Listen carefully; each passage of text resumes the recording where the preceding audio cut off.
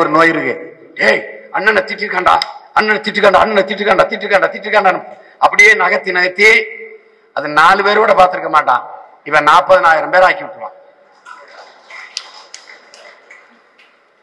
அவன் என்ன நினைக்கிறான், சீமான திட்டினா நிறைய பேர் பாக்குறான். பாக்குறவன்லாம் யாரு? ஏன் தான். இது ஒரு கொடுமை. அதுக்காக விழுந்து விழுந்து திட்டான். அவனுக்கு என்ன செய்யுது, 2 லட்சம் 3 லட்சம் கிடைக்குது, வாங்கி சாப்பிட்டுக்கிட்டு சீமான திட்டா. இன்னொன்னு, இந்த ஊடகம் நம்மளை கண்டுக்கிற மாட்டேது. அவனுக்கு ஒரு அச்சம் இருக்குது, அதிகாரத்தில் இருக்கிறவங்க இவனை வளர விட்டுறாதேங்கிறான். ஆபத்தானது. சீமானும் நாம் தமிழர் கட்சியும் ஆபத்து, ஐயோ ஆபத்து மாதிரி.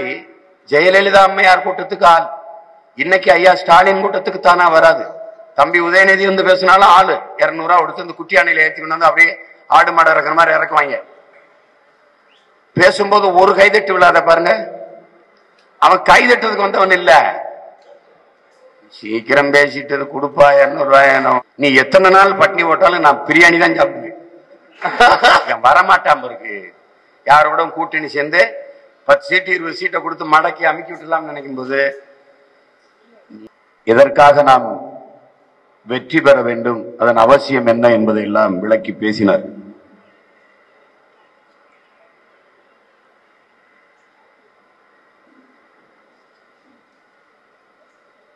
அதிலே நம்மிடத்தில் எல்லோரும் கேட்பதுதான், வாக்குகளை பெறுகிறீர்கள், வளர்கிறீர்கள், ஆனால் ஒரு இடம் கூட நீங்கள் வெல்லவில்லையே.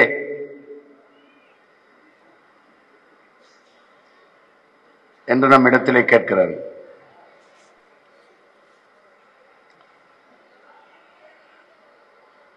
இந்திய ஒன்றியத்தினுடைய முதல் பிரதம அமைச்சர் மதிப்பிற்குரிய நேரு அவர்கள்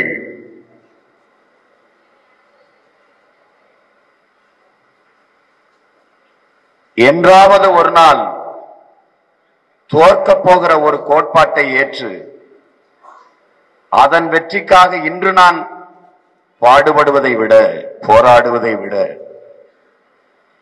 என்றாவது ஒரு நாள் வெல்லப் போகிற ஒரு கோட்பாட்டை ஏற்று அதற்காக போராடி நான் தோற்று போவதையே மேன்மையாக கருதுகிறேன் என்று சொல்றார். அது நமக்காக தான் சொல்றது. நாம் தற்காலிக வெற்றிக்காக நிரந்தர தோல்வியை தழுவ தயாராக இல்லை. தற்காலிக தோல்விக்காக நிரந்தர வெற்றியை பறிகொடுக்க நாம் தயாராக இல்லை. நாம் செய்ய வேண்டியது, என் அன்பிற்குரியவர்களே, என் உடன் பிறந்தார்களே, நம்முடைய தலைவர் நமக்கு கற்பித்ததுதான், இந்த கப்பல் பத்திரமாக கரை சேரும் என்ற நம்பிக்கையை மக்களுக்கு கொடுக்கணும். கொடுத்துவிட்டால் எல்லோரும் ஓடி வந்து கப்பலில் ஏறுவார்கள். நாம் இந்த காலகட்டங்களில் செய்ய வேண்டியது, இந்த பிள்ளைகள் நிச்சயமாக உறுதியாக ஒரு நாள் வென்று விடுவார்கள் என்ற நம்பிக்கையை மட்டும் நம் மக்களுக்கு கொடுக்க வேண்டியது அவசியம்.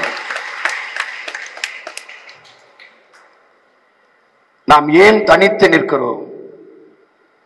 நம் தத்துவம் தனித்து, நம் பாதை தனித்துவமானது, நம் பயணம் புனிதமானது. ஆனால் ஏன் தனித்து நிற்கிறோம்? நமக்கு முன்பு பல அரசியல் கட்சிகள் பிறந்தன.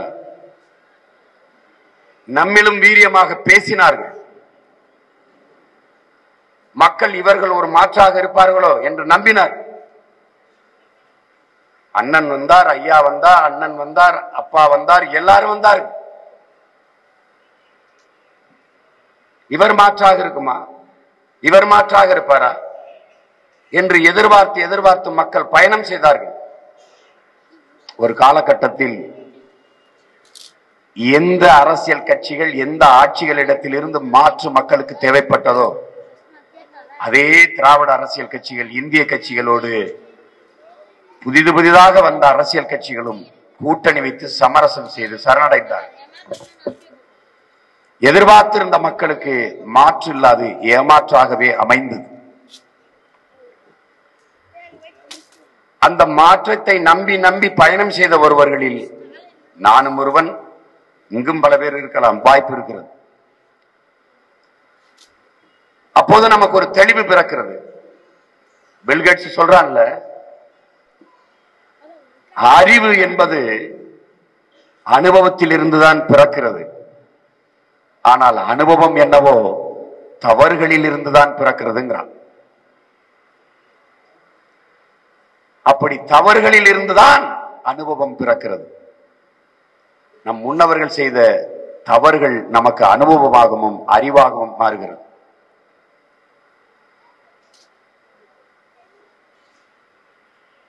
மாற்று என்பது இந்த கட்சி, திமுக, அதிமுக, காங்கிரஸ், பிஜேபி, இந்த கட்சிக்கு ஆட்சிக்கு தான் மாற்று தேவைப்படுகிறது. பிறகு மாற்று மாற்று என்று பேசிவிட்டு இந்த கட்சிகளோடவே கூட்டணி வைத்தால் அது மாற்றாக அமையாது, பெருத்த ஏமாற்றாக மாறிவிடும். தம்பி களஞ்சியம் அவர்கள், தம்பி முத்துப்பாண்டி அவர்கள் சொன்னது போல, இதுவரைக்கும் இருந்த அரசியல் தலைமைகளை நீங்கள் கணக்கிட்டு பாருங்கள். ஐயா பெரியார் அவர்கள் காங்கிரஸில் இருந்து நீதி கட்சிக்கு வந்து நீதி கட்சியை திராவிடர் கழகமாக மாற்றி அதில் பேரறிஞர் அண்ணா அவர்கள் வாரி பல பெரும் அறிஞர்கள் அதில் இருந்து, நெடுஞ்செழியன், அன்பழகன், மதியழகன், இப்படி பல பேரறிஞர்கள் அதில் இருந்து ஐயாவோட கருத்து முரண்பட்டு திராவிடர் கழகம் பல கழகங்களை பல போராட்டங்களை தமிழ் மண்ணில் விதைத்து வலிமை பெற்றிருக்கும் போது அதை உடைத்து கொண்டு வெளியே வந்து திராவிட முன்னேற்ற கழகம் என்று ஆரம்பிக்கிறார். அவரை 1949 ஆரம்பிச்சு ராபின்சன் பூங்கால ஆரம்பிச்சு 67 தான் ஆட்சியை பிடிக்கிறாங்க. அதுவரை உழைச்சிருக்காங்க. அப்படி பார்க்கும்போது நமக்கு இன்னும் கொஞ்சம் நாள் இருக்கு, இன்னும் காலம் இருக்கு. 10 ஆண்டு தான் நமக்கு ஆயிருக்கு. அன்னைக்கு இவ்வளவு அரசியல் கட்சிகள் கிடையாது. காங்கிரஸ் அதற்கு எதிராக ஒரு கட்சி தேவைப்படுது. காங்கிரஸ் ஆண்டுகிட்டு இருக்கு, அதுக்கு எதிராக. அப்ப திராவிட முன்னேற்ற கழகம் வருது, அண்ணா அவர்கள் ஆரம்பிக்கிறாங்க. ஆட்சியை கைப்பற்ற 1 ஆண்டுகள்ல அண்ணா அவர்கள் கெடுவாய்ப்பாக மரணித்து விடுகிறார். கட்சி, ஆட்சி, கொடி, சின்னம் அப்படியே ஐயா கருணாநிதி கைக்கு போகுது. அண்ணாதுரை ஆரம்பிக்காமல் ஐயா கருணாநிதி கட்சி ஆரம்பிச்சிருந்தால் ஒரு குச்சி கூட மிஞ்சி இருக்காது, வளர்ந்திருக்காது, ஒண்ணு இருந்திருக்காது நாட்டுல. ஆரம்பிச்சு கட்சி, ஆட்சி, கொடி, சின்னம் எல்லாம் அப்படியே வருது. அதற்கு பிறகு அதை பிடித்துக் கொள்கிறார். அங்கே புகழ்பெற்ற நடிகர் ஐயா எம்ஜிஆர் அவர்களும் இருக்கிறாங்க, எஸ்எஸ்ஆர் இருக்கிறாங்க. எம்ஜிஆர் அவர்கள் அதுல பொருளாளராக இருக்கிறாங்க. ஒரு காலகட்டத்தில் பேரறிஞர் அண்ணா, பெருந்தலைவர் காமராஜர், தெய்வ திருமகன் ஐயா முத்துராமலிங்க தேவர், ராஜாஜி, ஐயா பெரியார், இப்படி பெரிய பெரிய தலைவர்கள் எல்லாம் கிட்ட கிட்ட கிட்ட கிட்ட மரணித்து விடுகிறார். அப்ப ஐயா கலைஞர் மட்டும்தான் இருக்கிறார். அவருக்கு எதிராக யாருமே இல்லை. காலம் என்ன செய்து அவர் கையாலேயே ஒருத்தர் அனுபவிக்குது. அதான் எம்ஜிஆர். பல ஆண்டுகள் நடித்து புகழ் பெற்று இருக்கிறார். வந்து ஒரு கட்சி ஆரம்பிக்கிறார். அதுக்கு பிறகு அவர் சாகிற வரை ஐயா கருணாநிதி அவர்களால் முதலமைச்சரா ஆக முடியல. அவர்கிட்ட இருந்து அவரோடு பல படங்கள் துணையாக நடிச்சதுனாலேயே புகழ்பெற்ற அம்மையார் ஜெயலலிதா அவர்கள் வர்றாங்க. எல்லாரும் எளிதாக வர்றாங்க. நல்லா கவனிச்சுக்கணும் தம்பி தங்கைகள். ஐயா எடப்பாடி பழனிசாமி இன்னைக்கு தலைவராகி முதல்வராகிறாருன்னா யாரு? அம்மையார் சசிகலா கொடுத்த ஒரு வாய்ப்பு. இல்லைன்னா அதுவும் இல்ல. ஐயா ஸ்டாலின் இன்னைக்கு தலைவர் முதல்வராக யாரு? கருணாநிதி மகன். அதனால இப்ப பின்னாடியே தம்பி ஸ்டாலின், உதயநிதி ஸ்டாலின் ஒட்டிக்கிட்டே வர்றாரு. எவ்வளவு எளிதாக இருக்குது பாருங்க. நம்ம அப்படி இல்லை. நமக்கு எந்த பின்புலம் இல்லை. நம்ம அப்ப அமைச்சரும் கிடையாது, முதலமைச்சரும் கிடையாது, ஏன் ஒரு வார்டு கவுன்சிலரும் கிடையாது, ஒண்ணும் கிடையாது. பொருளாதார வலிமையும் இல்லை, நமக்கு ஊடகமும் இல்லை, ஒண்ணுமே கிடையாது. ஆனால் என்ன இருந்தது? உயர்ந்த லட்சிய நோக்கம் இருந்தது. தமிழ் பேரினத்தின் விடுதலை, அதன் உரிமை மீட்சி என்ற உயர்ந்த கோட்பாடு இருந்தது. அந்த கோட்பாடு நாமளே வகுத்து கொண்டதல்ல. பன்னெடுங்காலமாக நமது முன்னவர்கள் தூக்கி சுமந்து வந்தது. அதற்கு பிறகு நம் தலைவன் பிரபாகரன் தூக்கி சுமந்த கனவு. அதை நமக்கு கையளித்தார்கள். நாம் கவனமாக பயணித்துக் கொண்டிருக்கிறோம். ஆனால் வரலாற்றில் நாம் முன்னெடுக்கிற அரசியல் என்பது ஒரு கட்சி அரசியல் அல்ல, அது மாபெரும் புரட்சி. எளிய பிள்ளைகள், தினக்கூலிகளின் வாரிசுகள், ஒரு பின்புலமும் இல்லாது எளிய மக்கள், நாங்கள் எல்லாம் ஒன்று சேர்ந்து ஒரு அரசியல் பெரும்படையாக மாறி யாரோடும் கூட்டு சேராது 10 கட்சி 15 கட்சியோட சேர்ந்து வாக்குக்கு காசு கொடுத்து பிரசாந்த் கிஷோரை கூட்டிட்டு வந்து, சுனிலை கூட்டிட்டு வந்து, அவங்களுக்கு பல 100 கோடி சம்பளங்களை கொடுத்து 1000 பேரை சம்பளத்துக்கு எடுத்து மாசம் 1 லட்சம் ரூபாய் கொடுத்து அவர்களை வைத்து வேலை செய்தே நீங்கள் இவ்வளவுதான் வாக்குகளை பெற முடியுது. இதில் எதுவும் இல்லாமல் 30 லட்சம் வாக்குகளை பெற்று 3வது பெரிய கட்சியாக நாம் தமிழர் கட்சி வளர்ந்திருக்கிறது என்றால் இதுதான் வரலாற்றில் பெரும் மாற்றம், அரசியலில் மாபெரும் புரட்சி. இப்படித்தான் தோன்றும். உலகெங்கிலும் மாறுதல்களும் புரட்சியும் இப்படித்தான் தோன்றி இருக்கிறது, தோன்றும். விமர்சனங்களை தம்பி கலைஞர் கூட சொல்வார்கள். ஒரு கட்சி, நாம் தமிழர் என்கிற கட்சி, எல்லா கட்சிக்கும் எதிர்கட்சியாக இருக்கிறது தமிழ்நாட்டில் ஒரே கட்சி தான், அது நாம் தமிழர் கட்சி தான். எல்லா கட்சி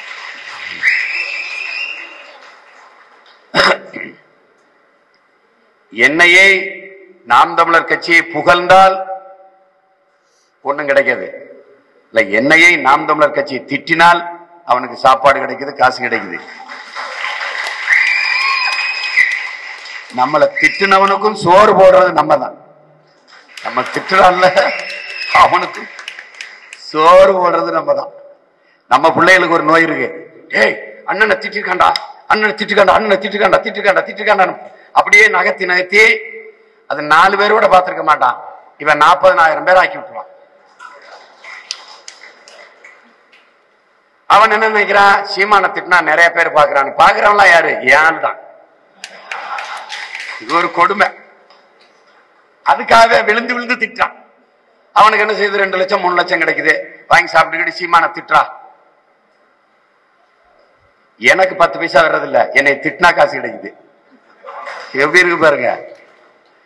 நம்ம பேச்ச போட்டா அதுக்கு காசு வருது, ஆனா நமக்கு 1 பைசா வர்றதில்லை. இப்போ தம்பிகள் தங்கைகளுக்கு நான் சொல்ல கடமைப்பட்டிருக்கேன், விமர்சனத்தை எப்படி பார்க்கணும் அப்படின்னு. புரட்சியாளர் லெனின் நமக்கு கற்பிக்கிறார். உன்னை விமர்சிப்பவனுக்கு நீ நிரூபிக்க போராடாதே, உன்னை நம்பி இருக்கிறவனுக்கு, நம்பி நிக்கிறவனுக்கு உண்மையா இருக்க போராடுங்கிறார். என்னை விமர்சிக்கிறான், இல்லங்க நான் அப்படிலாம் இல்லங்க, நான் ரொம்ப நல்லவங்க, ஏங்க அதெல்லாம் இல்லங்க, நான் அவனுக்கு நிரூபிக்க நீ போராடாதடா. உன்னை நம்பி நிற்பவர்களுக்கு நீ உண்மையா இருக்க போராடுறா. அதான்டா கோட்பாடு. இப்ப நம்ம என்ன செய்யணும்? நம்மளை நம்பி 30 லட்சம் பேர் வாக்கு செலுத்திருக்கான்ல, அவனுக்கு உண்மையாக இருக்க நாம் போராடணும். அதான் முதன்மையானது. விமர்சனம் என்பதும் ஒருவித பாராட்டுத்தான். நீ யாரையோ ஒருவனை பொறாமைப்பட வைத்திருக்கிறாய்ங்கிறான். விமர்சனம் எங்கிருந்து வரும்? பொறாமையில தான். சகிக்க முடியல. ஏ இவனெல்லாம் ஒரு ஆளாடா, ஏ இவனெல்லாம் பெரிய ஆளாடா, ஏ என்னடா என்னடா அப்படின்னு. ஏன் அவனுக்கு பொறாமை வருது? பெரிய தலைவர்கள்னு சொன்ன ஒரு காலத்துல ஐயா கலைஞர் பேசும்போது கூட்டம் தானே வந்தது, ஐயா எம்ஜிஆரை பார்க்க கூட்டம் வந்தது. ஆனால் பிற்காலத்துல ஐயா கலைஞர் அவர்கள் பேசுவதற்கு கேட்கறதுக்கு காசு கொடுத்து ஆள் கூட்டிட வேண்டிய நிலைமை வந்துச்சு. அப்புறம் அம்மையார் ஜெயலலிதா 1.5 கோடி தொண்டர்களை வச்சிருக்கிற கட்சின்னாங்க.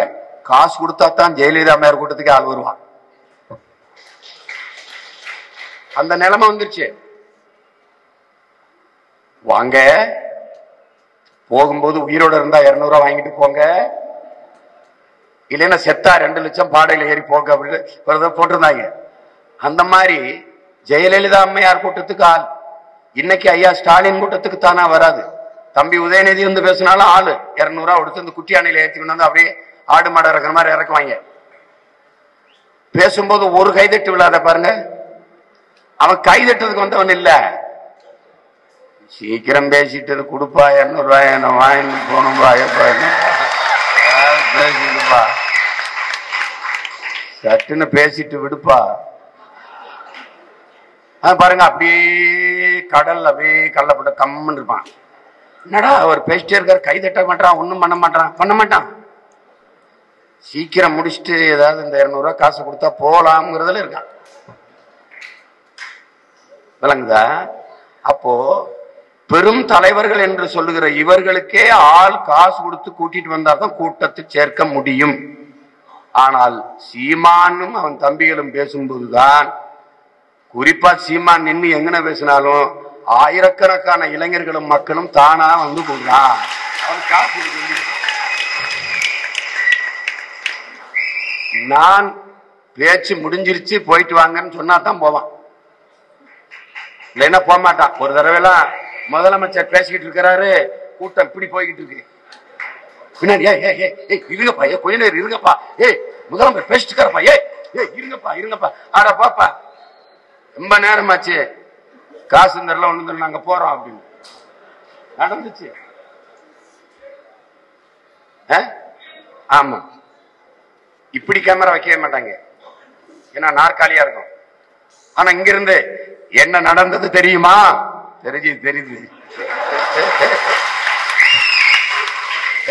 நாற்காலி என்ன கை தட்ட போகுதா கத்த போகுதா ஒன்னும் அது பாட்டு கிடக்கும், பேசிட்டு போக வேண்டியதான். அதுதான். அதனால காழ்ப்புணர்ச்சி, பொறாமை. ஒரு சின்ன பசங்க, இத்தனீண்டு பசங்க, ஒரு பின்பலம் இல்ல, ஒண்ணும் இல்ல, ஏறி வந்துகிட்டு இருக்கானே, வென்றாம் போல இருக்கான. வெல்றது மட்டும் இல்ல ராஜா, உங்களை கொல்றதும் மிச்சம் இருக்க.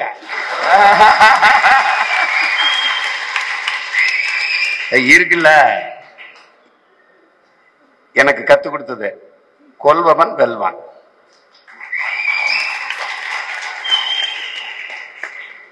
இது எங்க தலைவனுடைய தத்துவம் மட்டும் இல்ல, சார்லஸ் டார்வினே சொல்றான், தகுதி உள்ளவை தப்பி பிழைக்கும்ன்றான். தகுதி உள்ளவை தப்பி பிழைக்கும்ங்கிறான். இது உலக தேரி. அத நம்ம தலைவர் சுருக்கமா சொல்றாரு, கொல்பவன் வெல்வான், தற்சாலி வரானார். இது மனிதனில் மட்டும் இல்ல, ஒரு விட்டில் பூச்சி இன்னொரு விட்டில் பூச்சி தாக்கி அழிச்சாதான் அந்த இணையோட சேர முடியும். இது மரபு. நீ வேணா பாத்துக்க, நேஷனல் ஜியோகிராபியோ டிஸ்கவரியோ தட்டிப்பாரு. யானை பெண் யானையோட உடனே இணைய முடியாது. இன்னொரு யானைக்கு சண்டை போட்டு அந்த யானை எந்த யானையை தோக்கடிச்சு அந்த யானை வெல்லுதோ அந்த யானையோட தான் பெண் யானை இணையும், அருகில போகும். குரங்குக்கு தான், புலிக்கு தான், சிங்கத்துக்கு தான், பாம்புக்கு தான், நாய்க்கு தான், நரிக்கு தான், மனிதனுக்கு தான். கொல்பவன் வெல்வன் கோட்பாடு. அது ஒரே இதுல சார்லஸ் டார்வின் சொல்லிடுறான், தகுதி உள்ளவை தப்பி பிழைக்கும், சர்வைவல் ஆஃப் ஃபிட்டஸ்ட் தான்.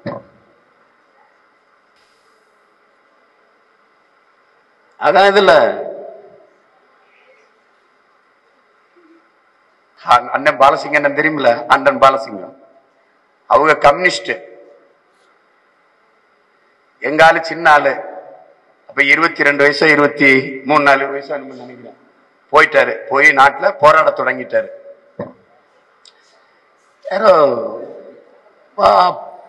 இவர் பெரிய படிப்பாளி பாலசிங்கன்னு, யாரோ பிரபாகரன் ஒரு பையனாமே ஒரு பையன், அவனை மீட் பண்ணும் அப்படின்னு போறாங்க. போயிட்டு இவர் படிச்ச கம்யூனிஸ்ட தத்துவம் இருக்கு, எல்லாருக்கும் இருக்குல்ல, தன்னை காட்டிக்கணும், அறிவாளின்னு காட்டி. இது வந்து யார் சொல்றா? எங்க அண்ணன் தான் என்கிட்ட சொல்றாங்க. பேசிட்டே இருக்காராம், அதுல லெலின், மார்க்ஸ், ஃபிடல் காஸ்ட்ரோ, ஹோசிமின், நான் அப்படியே கேட்டுக்கிட்டே இருந்தேன்ப்பா. சுமார் ஒரு 3 மணி நேரம் பேசியிருந்திருக்காரு. கல்ல கடிச்சுக்கு அவரு புகைக்கிற பழக்கம் இருக்கு.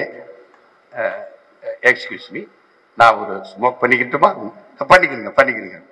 அங்கிட்டு போய் சிகரெட்டை பற்ற வச்சுட்டு புகைச்சிட்டு வந்து மறுபடியும் உட்கார்ந்து மறுபடியும் பேசும்போது, எல்லாம் சரிதான் அண்ணா, தீவிரவாதத்துக்கு எதிராக ஓரளவுக்கு பரவாயில்லாத தீவிரவாதம், ஓரளவு சுமாரான தீவிரவாதம் வெல்லுமான்னா no chance, no chance, no chance. அப்போ தீவிரவாதத்திற்கு எதிராக அதை தாண்டிய தீவிரவாதம் தான் வெல்லும் இல்லையானா? டெஃபினட். வன்முறைக்கு எதிராக ஓரளவுக்கு பரவாயில்லாத வன்முறை, ஒரு சுமாரான வன்முறை வெற்றி அடையுமான்னா வெற்றி அடையாது. அப்போ வன்முறைக்கு எதிராக அதை தாண்டிய வன்முறையால் தான் அதை வெற்றி கொள்ள முடியும் இல்லையானா? ஆமா, அதைத்தான் நம்ம செஞ்சுக்கிட்டு இருக்கோம். அதாவது 3 மணி நேரம் பேசினவர்கிட்ட ஒரே நிமிஷத்துல கதையை முடிச்சிட்டார். அதோட அவர் என்ன முடிவுட்டார் தெரியுமா? இவன் தான் என் தலைவன், இவரு கும்பிட்டு அதோட சேர்ந்துட்டார்.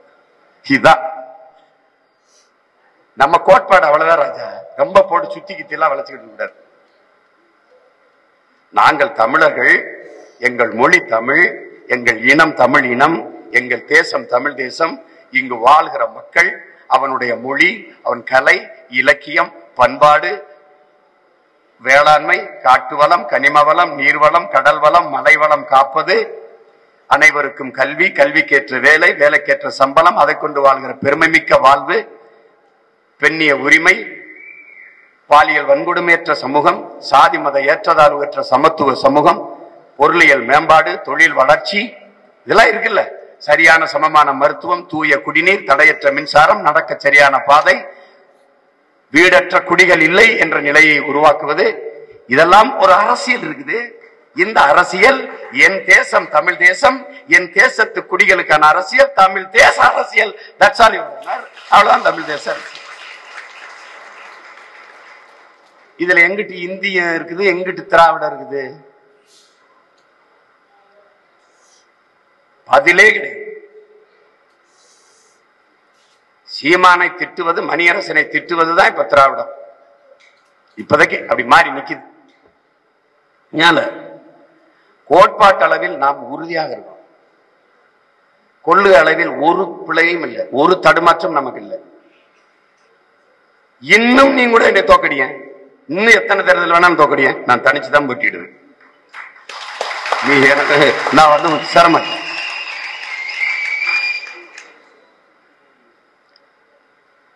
அவர் சொல்லல, புலி பசித்தாலும் புள்ளை தின்னாதுன்னு. நீ எத்தனை நாள் பட்னி போட்டாலும் நான் பிரியாணி தான் சாப்பிடுவேன். சும்மா ஒரு கதை நீங்க பார்த்தோம்ல, எத்தனை பேரை நம்ம பாக்குறோம், படிப்பினை ஆகுதுல, இந்த தவறை வாழ்க்கையில நம்ம செஞ்சிடக்கூடாதுடா அப்படின்னு. ரொம்ப வேணாம். ஐயா விஜயகாந்த் எடுத்துக்கிறீங்க, தனிச்சு நின்று 8 விழுக்காடு விருத்தாச்சலத்துல வெற்றி பெறுகிறார். 8 விழுக்காடு வாக்கை தொடுறார் முதல் தேர்தல். உடனே பாராளுமன்ற தேர்தலில் 10 விழுக்காடு வாக்கை தொடுறார். 10 விழுக்காடு. 3வது பெரிய கட்சியா இருக்கிறார். படக்குன்னு அம்மையார் ஜெயலலிதா 45 சீட்டை வாங்கிட்டு உள்ள போறார், எதிர்கட்சி தலைவர் ஆகிறார். 45 சீட்ல 25 சீட்டும் நம்ம வெல்றார். திமுக அதையும் விட குறைவா பெற்றது. இவர் எதிர்கட்சி தலைவர் ஆயிடுறார். ஆனா கடைசி நிலைமை என்ன ஆயிடுச்சு? கூட்டணி வைத்ததால் திருப்பி அவருடைய வாக்கு விழுக்காடை தொடவே முடியல, கரைஞ்சு போயிட்டார்.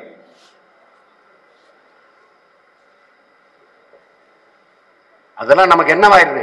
பாடமா இருக்குது, படிப்பினையா இருக்குது. நீ எழுதி வச்சு 26ல போட்டி யாருக்கு நடக்கும்னு நினைக்கிற? 2 கட்சியும் ஒன்றாயிரம், அவங்களுக்கு நமக்கும் சண்டை நடக்கும். என்னடா, விவசாயியை மையப்படுத்தி இந்த தேர்தலே நடக்கும். விவசாயி சின்னமா மத்ததா? ஒன்றுதான் என் உடன் பிறந்தார்களே, புதிதாக ஒன்றை இவர்கள் செய்வதற்கு என்ன இருக்கிறது? என்ன இருக்கிறது? தமிழை ஆட்சி மொழியாக்குவோம். இதெல்லாம் உங்களுக்கு சிரிப்பு வரலையா? இத்தனை நாள் என்ன பண்ணிட்டு இருந்தீங்க? இந்தி ஆக்கிட்டு இருந்தீங்களா, இல்ல தெலுங்கு ஆக்கிட்டு இருந்தீங்களா? என்ன பண்ணிட்டு இருந்தீங்க? புதிதாக இன்னைக்குத்தான் கட்சி தொடங்கி, நேத்து தொடங்கி இன்னைக்கு ஆட்சிக்கு வந்தது மாதிரியே பேசிக்கொண்டிருப்பது வேடிக்கையா இல்லையா? 1/4 நூற்றாண்டு இவர்கள் ஆட்சியில் இருந்திருக்கிறார்கள். இந்த பக்கம் இவர்கள் 25 ஆண்டு இருந்திருக்கிறார்கள். மத்தியில ஒரு மாநில கட்சி, இந்திய ஒன்றிய ஆட்சியிலே அரசிலே ஒரு மாநில கட்சி தொடர்ச்சியாக 18 ஆண்டுகள் பதவியில் இருந்த ஒரு கட்சி உண்டென்றால் இந்த நிலப்பரப்பில் திமுக மட்டும்தான். 18 ஆண்டுகள் தொடர்ச்சியா. வாஜ்பாய், விபி சிங்கு, ஐகே குஜரால், மன்மோகன் சிங்கு, தொடர்ச்சியா நீங்க 18 ஆண்டுகள் ஆட்சியில் இருந்திருக்கு.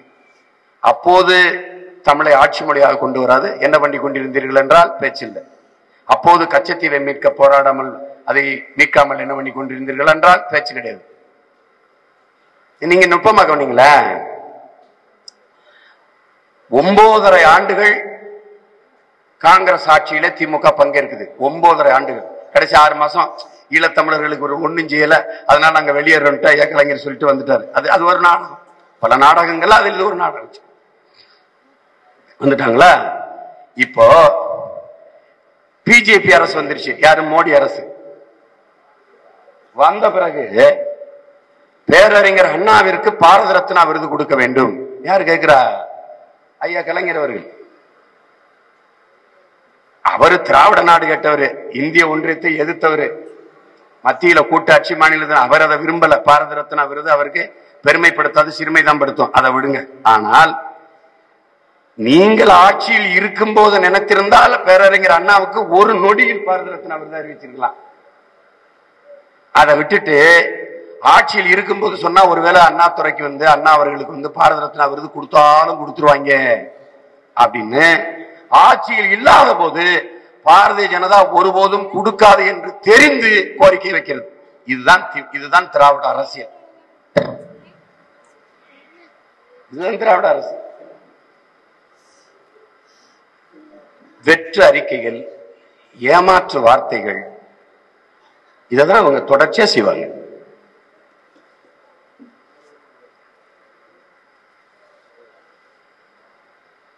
அதனால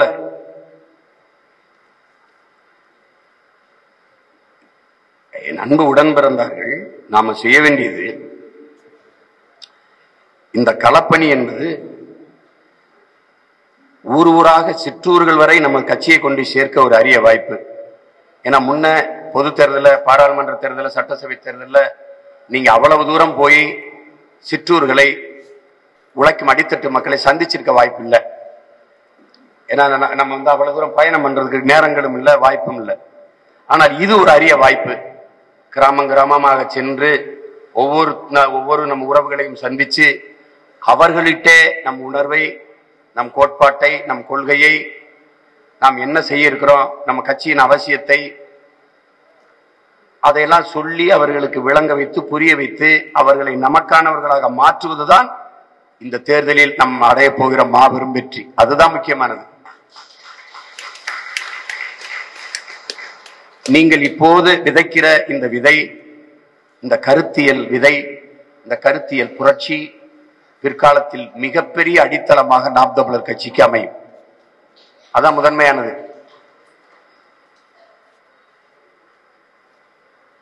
நாங்கள் வென்று வந்தால் என்ன செய்வோம்னு சொல்லுங்க. நீங்க நிக்கிற பகுதியில என்ன பிரச்சனைன்னு உங்களுக்கு தெரியும். நீங்க நிக்கிற ஊராட்சியில என்ன பிரச்சனைன்னு தெரியும். நீங்க நிக்கிற ஒன்றியத்துல என்ன பிரச்சனைன்னு தெரியும். நீங்க மாவட்ட கவுன்சிலருக்கு அவங்க மாவட்டத்தில் என்ன சிக்கல் இருக்குன்னு தெரியும். மின் விளக்கு எரியாது, சாலை சரியா இருக்காது, குண்டும் குழியுமா இருக்கும், குடிநீர் சரியா கிடைக்காது, எல்லாம் இருக்கும், தெருவெங்கும் குப்பையா இருக்கும். இதையெல்லாம் நாங்கள் சரி செய்வோம் என்று உறுதியை கொடுங்க. அவர்களும் கொடுக்குறாங்களே, 50 வருஷமா கொடுத்தாங்களே, அப்பவும் குப்பையா தானே கிடக்கு. 50 வருஷமா கொடுத்தாங்களே, அப்பவும் விளக்கு எரியாம தானே இருக்குது. அப்ப இதுவரை வந்தவர்கள் அதை சரி செய்திருந்தால் நாம இதை பேச வேண்டிய தேவையே இல்லையே. அப்ப இதுவரை செய்யாதவர்கள் இனிமே செய்வார்கள் என்று எப்படி நம்புகிறீர்கள்? அதனால எங்களை ஒரு முறை நம்புங்கள், நாங்கள் செய்வோம்னு சொல்லுங்க. ஊழல் லஞ்சமற்ற முறையான நிர்வாகத்தை, உண்மையும் நேர்மையான நிர்வாகத்தை உங்கள் பிள்ளைகள் தருவோம். வெளிப்படையாக வரவு கணக்கையும் செலவு கணக்கையும் நாங்கள் வெளியிடுவோம் சொல்லுவோம்.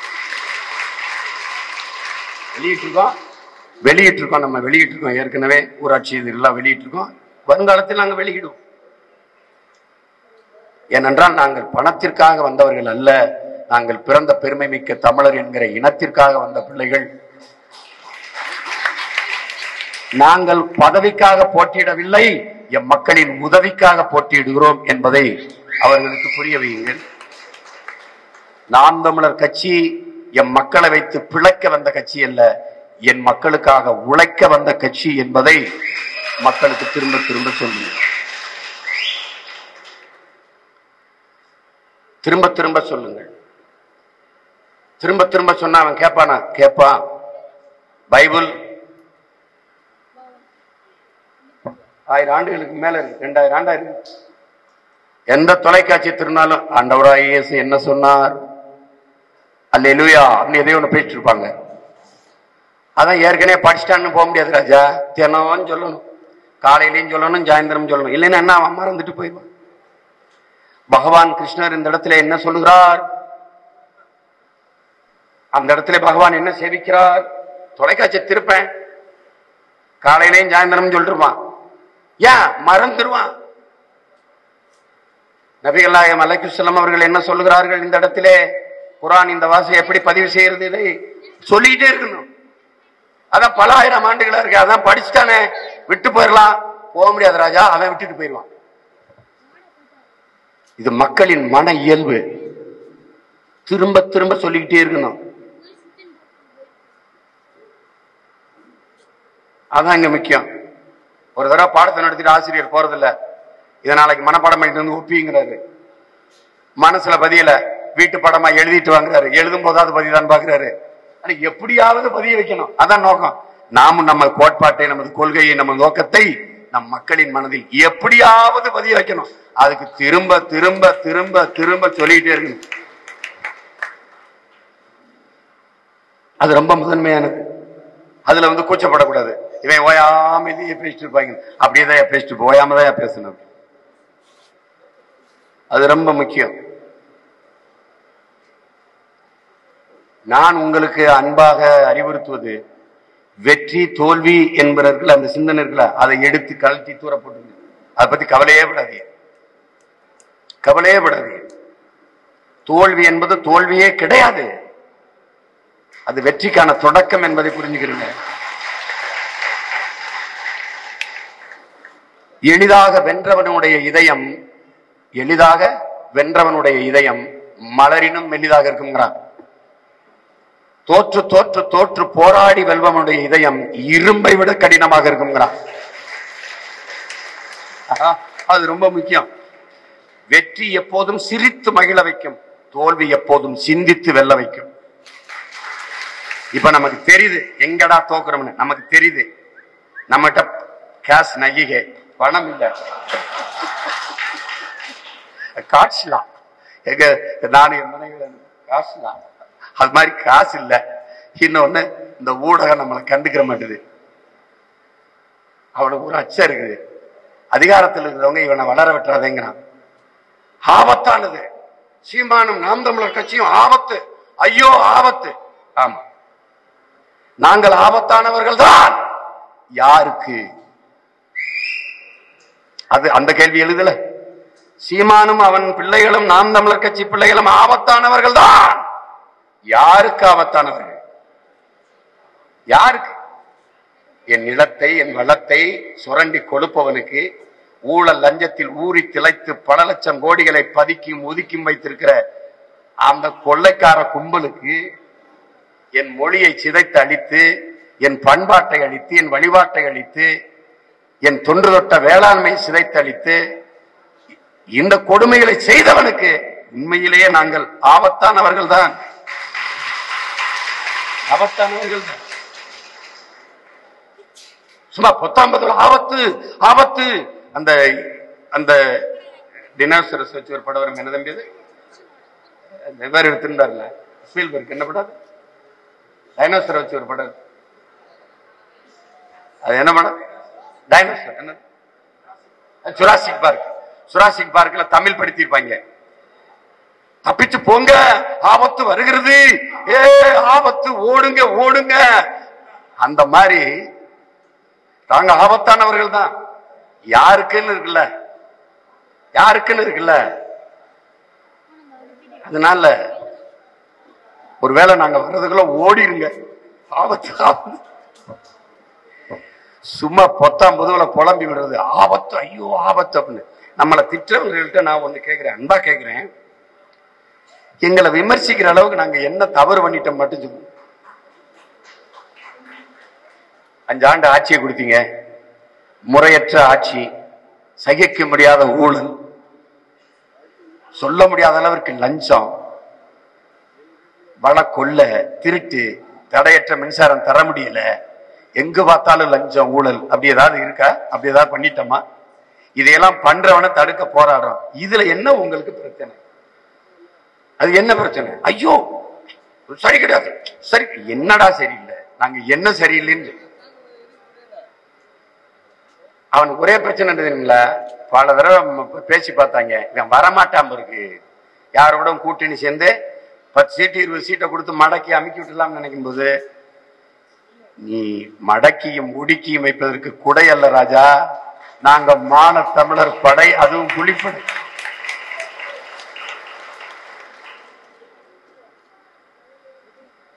சேருவதில்லை. ஒரு அரசியல் கட்சியை இன்னைக்கு சொல்ல சொல்லு, 2024 நான் தனிச்சு போட்டிடுவேன், 2026 தனிச்சு போட்டிடுவேன்னு ஒரு தடவை திமுக சொல்ல சொல்லு, இல்ல அதிமுக சொல்ல சொல்லு, இல்ல பிஜேபி சொல்ல சொல்லு, இல்ல காங்கிரஸ் சொல்லாது, சொல்லாது. ஒரே ஒரு கட்சி தான் சொல்லும், நாம் தமிழர் கட்சி மட்டும் தான் சொல்லும், 24 தனிச்சா நிற்பேன், 26 நிற்பேன், அப்புறம் இடையில யாராவது இடைத்தேர்தல் வச்சாலும் அதுலயும் நிற்பேன், தனிச்சுதான் நிற்பேன்.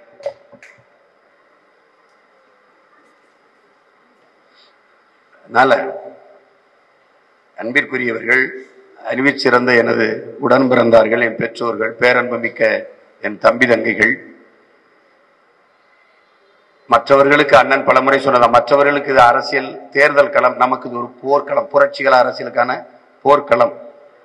ஒவ்வொரு நாளும் உங்களுக்கு பயிற்சி தான், பாடம் தான். ஒவ்வொரு நாளும் நீங்கள் கற்றுக்கொண்டிருக்கிறீர்கள், நானும் கற்றுக்கொண்டிருக்கிறேன். ஆனால் நீங்கள் நம்புங்கள், நாம் உறுதியாக ஒரு நாள் வென்று முடிப்போம், நம் இலக்கை தொடுவோம்.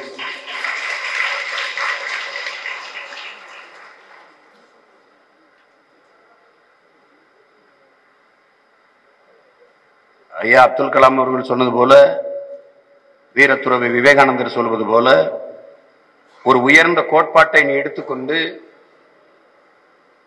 அதற்காகவே நீ இறுதி வரை உறுதியாக நிற்பாயானால் நீ உறுதியாக வெல்லுவாங்கிற. பாருங்க, முழுமையான நேர்மை,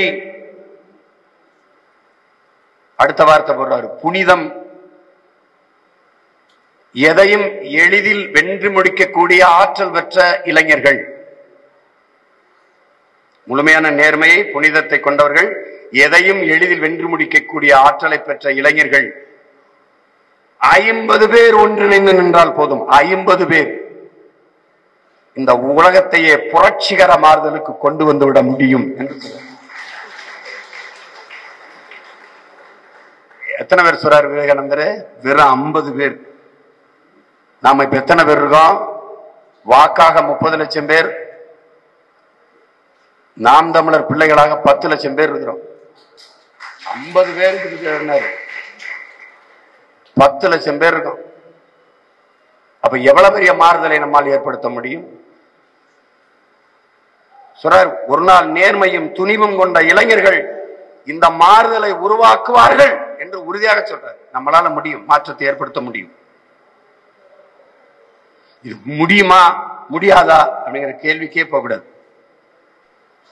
அது போகக்கூடாது, அது சிந்திக்க கூடாது.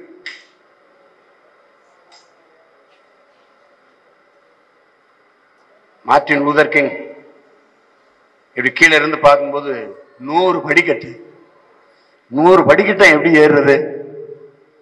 அப்ப அவர் பாக்குறாரு, மார்ட்டின் லூதர் கிங் பாக்குறாரு, என்னடா மொத்தமா 100 படிக்கட்டை பார்த்தா வியப்பாத்தாண்டா இருக்கும். நம்பிக்கையோடு முதல் படியில் ஒரு அடியை எடுத்து வைடா, முதல்ல ஒரு அடி எடுத்து வைடா. நம்ம தலைவர் எத்தனாயிரம் கிலோமீட்டர் பயணமானாலும் ஒரு காலடி தடத்தில் தான் தொடங்கி ஆக வேண்டும்ங்கிறாரு. நாம தொடங்கிட்டோம், தொடர்ந்துகிட்டு இருக்கோம்.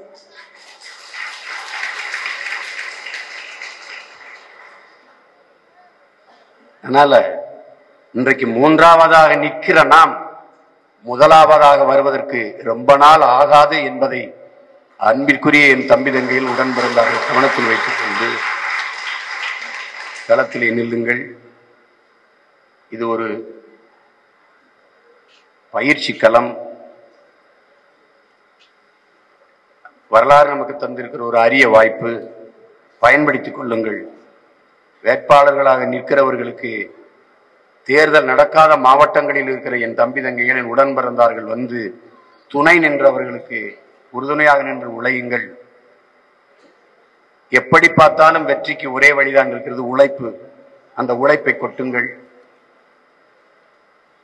நம்மிடத்தில் கோடிகள் இல்லை, உயர்ந்த கொள்கை இருக்கிறது. நம்மிடத்தில் காசு இல்லை, ஆகச் சிறந்த கருத்துக்கள் இருக்கிறது. அதை மக்களிடத்தில் கொண்டு போய் சேருங்கள். உறுதியாக நாம் வெல்லுவோம். புரட்சி எப்போதும் வெல்லும். நாளை நமது நாம் தமிழர் கட்சியின் வெற்றி அதை சொல்லும். நமது இலக்கு ஒன்றுதான், நம் இனத்தின் விடுதலை. இனம் ஒன்றாவோம், இலக்கை வென்றாவோம். நாம் தமிழர்.